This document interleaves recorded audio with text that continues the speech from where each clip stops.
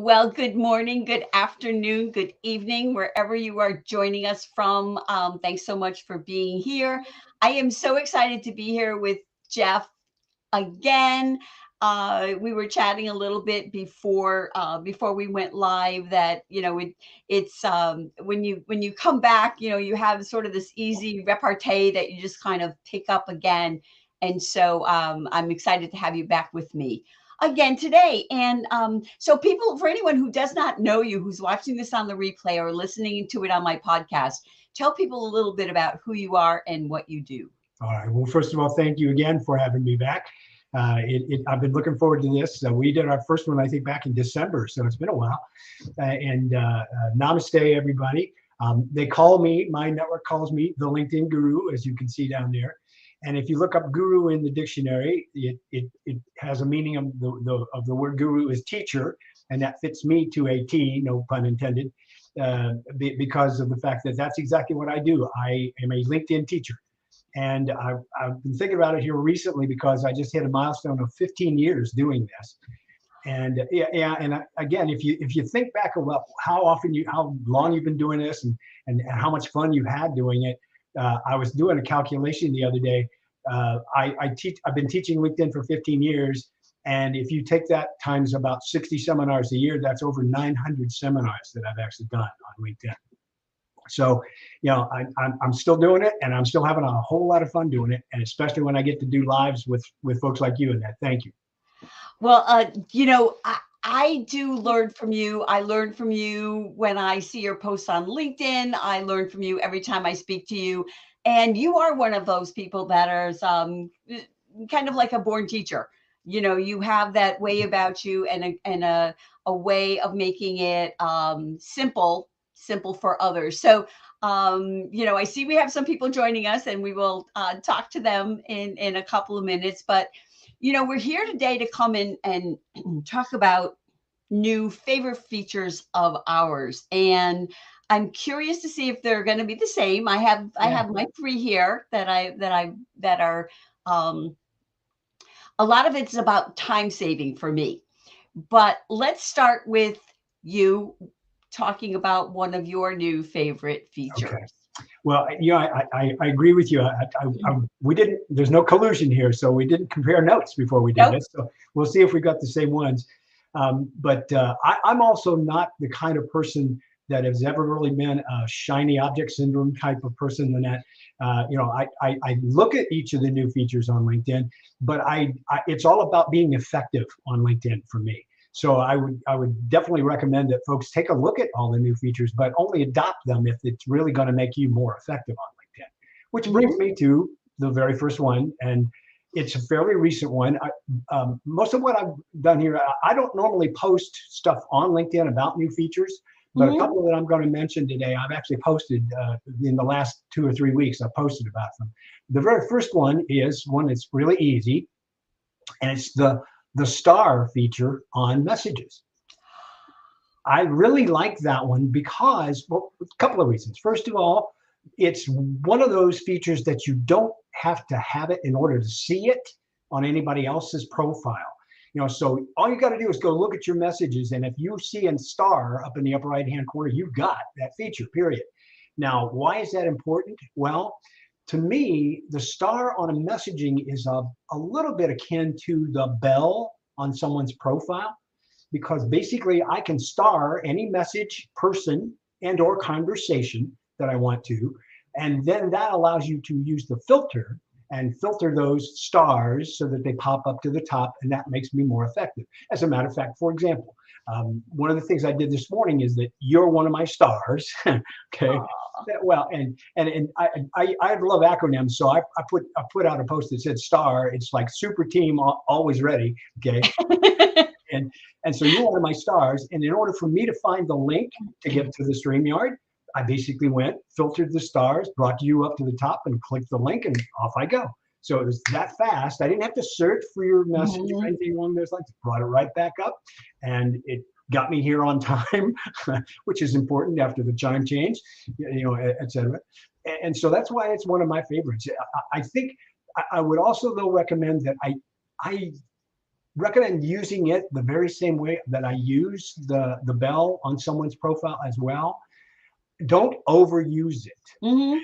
Use it strategically. Put the right people and the right or the right conversations into that star category, and then you can use it more effectively because it'll bring it up, and you don't have to search through your stars, right? So Yeah. literally, I probably only have about 10 people that I've starred so that I can bring their conversations up to the top. Does that make sense? Yeah, I am so glad you mentioned that because I love it too. And I hadn't thought about it. It's not on my list, but you know, while I love LinkedIn, we both do. The messages, that whole thing has kind of been cumbersome. I think, it's been always been sort of cumbersome. Now they've made it easier to, archive and delete whatever, but I love the star for the same reason. And it's nice because you can also star for a time. For example, if I'm doing a show with a panel or something, I can have a group message and I can star that and easily, pull that up. But Yeah. that's a great one. And It's I'm it's almost like save a message, right? I mean, yeah. save that message up there so that you can get to it really quickly. Oh, Because you're absolutely. right, it's very difficult. In the old days, again, I've been around LinkedIn so long. LinkedIn actually used to have ways that you could actually categorize these things. It was almost like an inbox, and you could put them in. Oh, Yeah, back in the old days, you actually used to be able to put them in folders and those kind of things. Well, it's not like email anymore. It's like text messages, which is why it's important to have the ability to actually highlight some of them and bring them up to the top. yeah, yeah. Well, the thing is, I've been on LinkedIn for years. I started my profile in 2008, but like many people, I had my profile and I pushed out content, and it's only been in the last few years that I've really learned, that LinkedIn was really a party that I had access to and I should enjoy it. Yeah. So I'm going to mention, and I'm curious to see if you have used this. I have not used this yet, but I know I have access to it, and it's the LinkedIn newsletter scheduler. Now, I know for me, I try to write my newsletter. I try to do one a month and get it out, but it's sometimes with, I think the newsletter is a bit different than posts because you do want to send it when people are going to kind of be around to see the post and also to receive the email, have your subscribers receive the email. So, I was excited to learn about that, and I'm eager to use it. But I have to write my newsletter first for March. But have you used that? And what do you think about it? Not yet. I think I might end up using it. It's kind of like where they started with a feature that allowed you to schedule posts in the first place, right? Mhm. Now they've taken it to the next step and allow you to do the scheduling on newsletters. I might not ever end up using it because I kind of do my own scheduling separately, and I actually have it on my calendar as to when my newsletter is scheduled. So I try to get it ready for that and then put it out. And yeah, it is. I think one of the really great features about newsletters, newsletters are a great feature for that matter in the first place, right? Because newsletters is one of those very few things that will actually give you the certainty that when you publish something, people will actually get an email about it, Mhm. and they can actually go grab it and see it, quickly. That's why, that's being able to schedule that's going to be a big plus, though, because of the fact that that's one of the things that will allow you to make sure that you're maximizing the reach of what you got in the first place. Yeah. Because newsletters for me and I've published a newsletter since August 2020. So, I've got like 29 editions out there. And so it's one of those things where it's one of the biggest things that's been one of the best pieces of content that I could ever do, because it's one of the pieces of content that's got the best reach Mhm. because of the subscribe feature in the first place. So scheduling, Yeah. yeah. What we Well, what and you publish yours though fairly regularly. I mean, I do. I go for once a month, but you do yours weekly or is it no. bi-weekly? Only once a month. Oh, So okay. yeah, but for 2.5 years, I've tried to keep pretty close to that schedule, and that's one of the keys to making your newsletter work. I think is that you've got to be consistent about it. Yeah. I Yeah. saw so many people go jump on that newsletter wagon, and then they published three, in a row, and then they went, this is not doing what I wanted it to, so they stopped, and and when you let something go and you don't do it for 3 months, you pretty much have to start from square one again to get the readership back up. So. Oh, absolutely. I agree. I go through the newsletters that I've subscribed to periodically and call them because there were so many people when everybody got it. I Yep. think it was the end Yep. of like 2021 that kind of everybody got access to newsletter, and everybody jumped on it, and you were getting, left and right, and subscribe to all your friends. And then, after a few months, it was kind of like, people moved on. Yep. So what's your next favorite feature? Well, the next one is, this is one of the ones where you've got to actually have it in order to see it. Okay. But it is activity categories. Okay. Do you have it? Yeah. Okay. Well, I tell you what, I've got a suggestion for you then. And here's why. Okay. So activity categories, you will not know you've got it unless you go to someone's profile or your own profile and scroll down to your activity. Yep. And if you scroll down to your activity and you've got a bunch of buttons that are there, okay, then you can see that you do have categories. And now, I think this is fantastic from a content creator standpoint and a content consumer standpoint. Because if I go to somebody's profile, I can then kind of pick and choose. It's like, oh, let's see what kind of videos they've done, or let's see what kind of articles they've written, et cetera. And it categorizes all of those kind of things, and those categories allow me to just peruse their content. So from a consumer and a creator standpoint, it's really great. But particularly here's one of the reasons I would tell you, or something I tell you to do, because when I went to yours just this morning, for example, it brought it up into what is normally the default mode of posts, right? Well, here's what happened. When I saw one of the things that you can do if you go to your own profile and see that, over to the right-hand side of those buttons, there is a pencil button. Okay, and if you click the pencil button, you can choose which category of your content you want to show first. Okay. So my suggestion with you, so for example, if you pick posts, it shows like 3 posts. Yeah. Okay.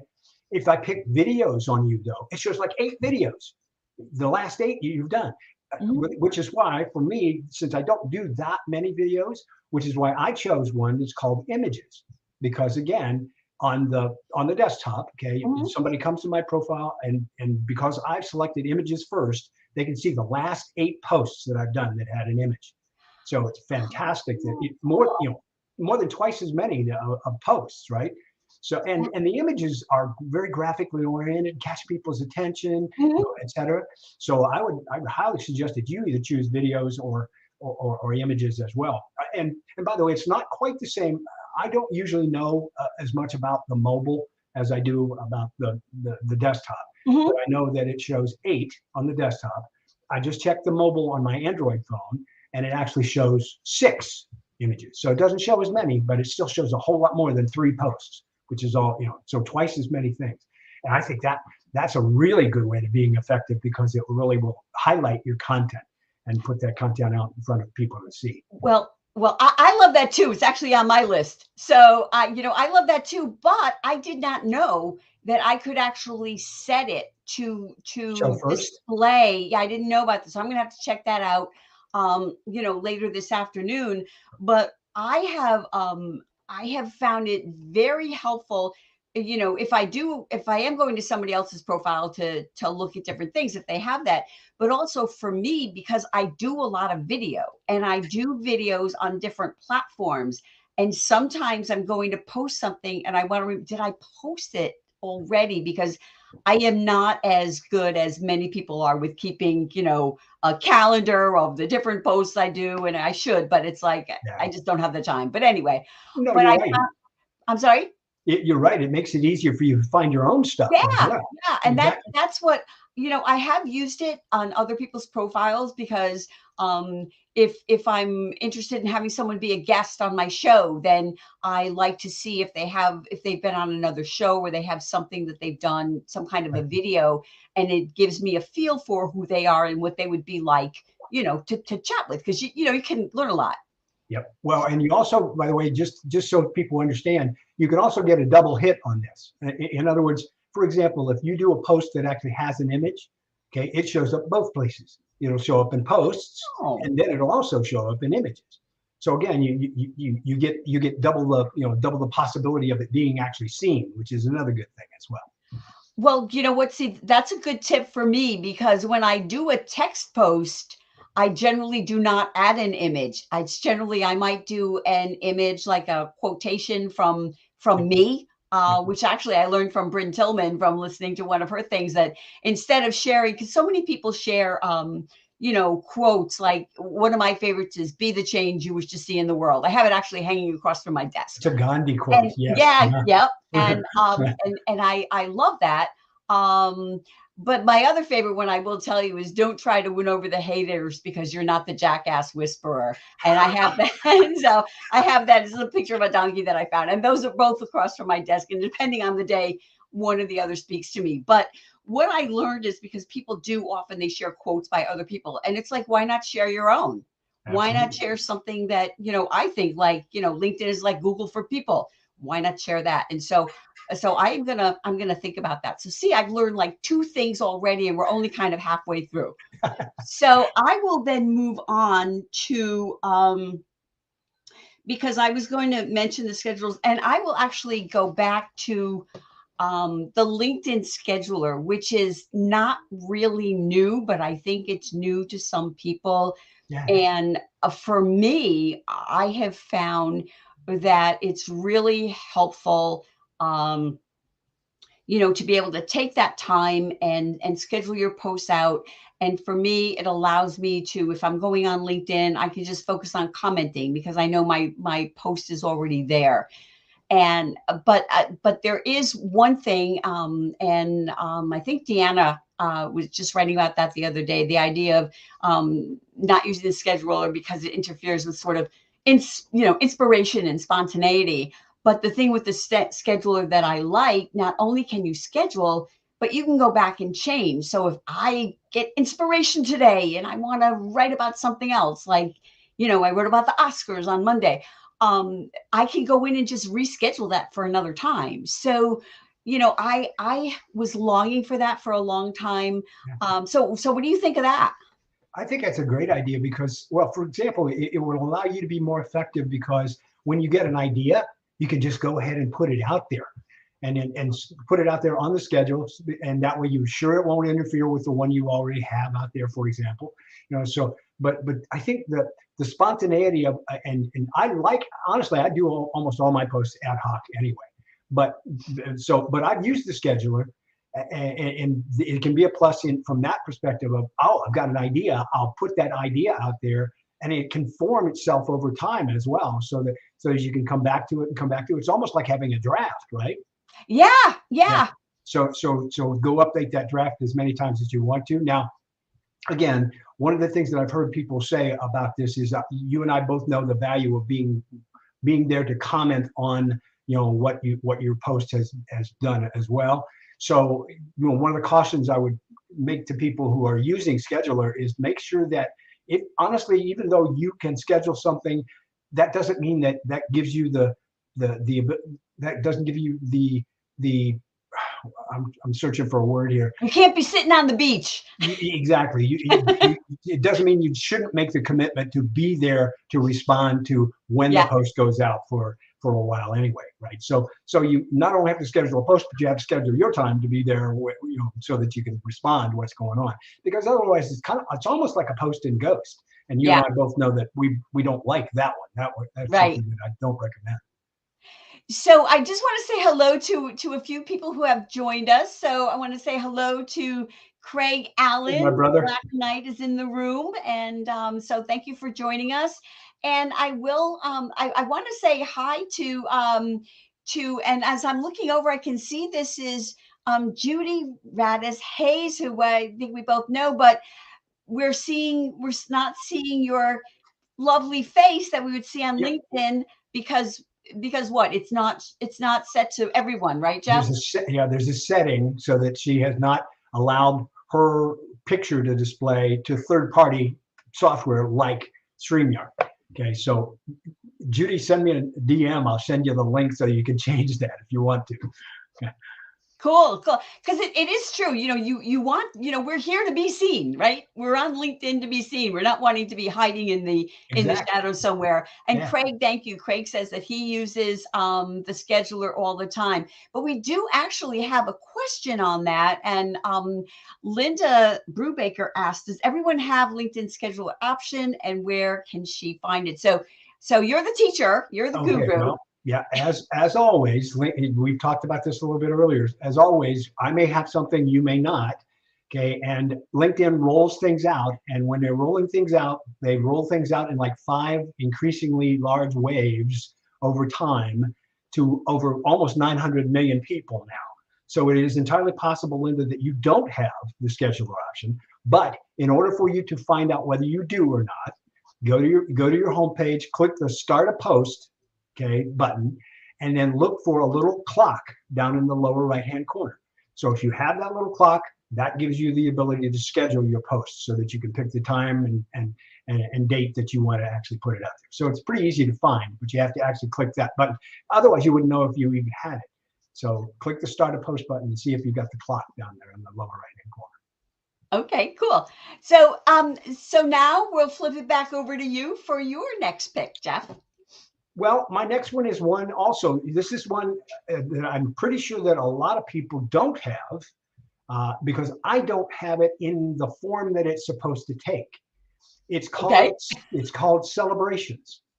Okay, Oh yeah. and Celebrations it's out there in beta right now, as far as I can tell. Okay, and Celebrations is under My Network. If you click My Network, their Celebrations will be one of the possible tabs, and it might even say Celebrations Beta. Okay, Hmm. where you could look at people's anniversaries, work anniversaries. You could look at people's new jobs, and you could look at people's birthdays. Now, the reason I like it is because that's a really great way of keeping in touch with your network.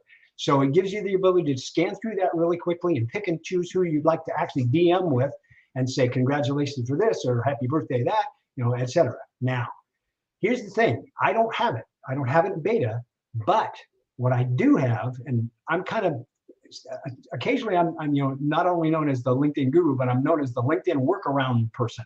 Okay. Because I have a workaround for this. There's an actual link that you could use on the desktop where you could actually click that link and go to the Celebrations, and it will bring up the same thing. So even though you might have it and not have it in beta, it's still available to anyone who has the link. Now, by the way, let's broad brush this for just a second. If anybody's got any questions about this, please put your questions in the comments. I can supply the link in the comments. If you want to DM me, anybody in the world can DM me. So DM me if you want to do it privately, and I can send you that link as well, or the link to anything. Because I posted also about the message star. I also posted about the activity categories, so I can send you a link to those posts if you want them as well. But the point is that I like that one because that one's really what LinkedIn is about: networking with your network. So it gives you the ability to touch base with them, remain top of mind, and it's a nice little feature. Some people go, oh well, birthdays, no big deal. Well, you know what? I think birthdays are a big deal. So I honestly use it primarily to say happy birthday to the people who are connections in my network. And by the way, it won't work for someone with a birthday if they don't put their birthday on LinkedIn in the first place. So that's actually something they actually have to enter in their intro section, and so that it would work. But it works great, and I've started so many conversations that way. That, oh, it was nice of you to reach out. I was just thinking about you the other day. I got an opportunity for you. Okay, Yeah. bingo. Okay, that's exactly what it's for. So I have a question with you, and Jeff, you will have to go into the comments afterwards because I am still not seeing Judy, although she's asking us, and someone else says they see her, but we don't see Leanne, but we don't see her in the studio, and it's just a whole different thing. So it's not necessarily that you can't see them on LinkedIn, because as I look on LinkedIn, No. I can see It's about all of seeing them, them in StreamYard. Yeah. but we can't see them in StreamYard. And so Yeah. that's like a Yeah. whole Just because different they're thing. visible on LinkedIn, there's another setting that allows them to be visible on StreamYard. Yeah. So I have a question for you because because I had the same thing as you did, the activity arrangement, but I'm curious as to birthdays. And actually I think I have that. I think because you can click on birthdays, you can click on anniversaries, and then you have the list on underneath them. But one of the things when someone's birthday does pop up, that LinkedIn will tell you, oh, it's, Jeff's birthday. And I can just click on that and say, happy birthday. But then to me, that is very generic. It's just, you get that message and it's not very effective. So I would think that there's a better way to do it. Yeah. Well, and again, this is something that I've said about almost any feature that LinkedIn supplies a message or supplies the template for. I almost never use because if you do click on that, it just says happy birthday with an Yep. exclamation mark, and that's all. Well, I never use that. I always update that to be a much more personal message, saying that, it's been a while since we talked. I thought I wish you a happy birthday, etc. Something to start the conversation. Not because it's really unimpressive if you just click the button, use the happy birthday message, and go, boom, I'm done. That, oh boy, that was really nice of you. You took 2 seconds to do something, right? Yeah. So unless you actually make it personable, it's much more effective if you do so that way. So that's true in any of those instances. Oh, well, okay, and let's go back to the job anniversaries one, for example. Okay, Okay. LinkedIn's notoriously late on those as well. So it almost always behooves you to check to see their profile to see what that anniversary really was. So you can say, oh, I see it's been a month since you had an anniversary, et cetera, instead of it's like not today. Okay. So it's again being more personal, making sure that you relate to exactly what that person is about, and that way it allows you to come across as much more personal, and it means more when you do it that way. Oh, absolutely. That's like Facebook. Now, I am one of those people that I have like 30 friends on Facebook, and I like it that way because it's just my very little private place. But when if someone sees it's your birthday on Facebook and they just click, happy birthday, it's like, okay, well, how much do I really appreciate that you click the button, Exactly. to Exactly. say happy birthday to me. It's nice if you can at least come in and say something about that. So the time has flown by. We are Oh my almost God. at I know, right? Like bam, it goes by so fast. So I always like to ask what all of my guests for, a final thought. We have talked about, 5 different new features or fairly new features. Yep. And but what would you like to add, as a closing thought before we say goodbye? Well, again, back to what I talked about before. Don't suffer from shiny object syndrome. Okay. But I do have a bonus feature which has been around forever and ever and ever. And again, if somebody's interested in this, I can send them the link. Okay. But that's a feature that I think, again, a lot of people don't realize because LinkedIn loves to hide some of these features. And that is the backup your data feature. That's one of the ones that I swear has been around forever, but so many people don't remember to do this and don't Yep. even know it exists. So you can actually, because your profile is on rented ground, okay? I mean, LinkedIn's data is out there on the web, right? You have the ability to actually back up all your data, archive it off, and you get a zip file of all your information.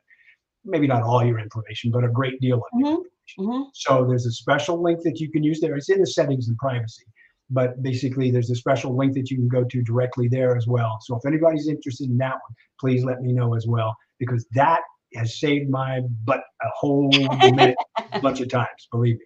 Because if I mess something up, I messed up my headline or something like that, I can go to the previous copy of it and grab the old one and copy it and paste it and put it back the way it was before, at least, before I messed it up anyway. So that's Well, what I would recommend.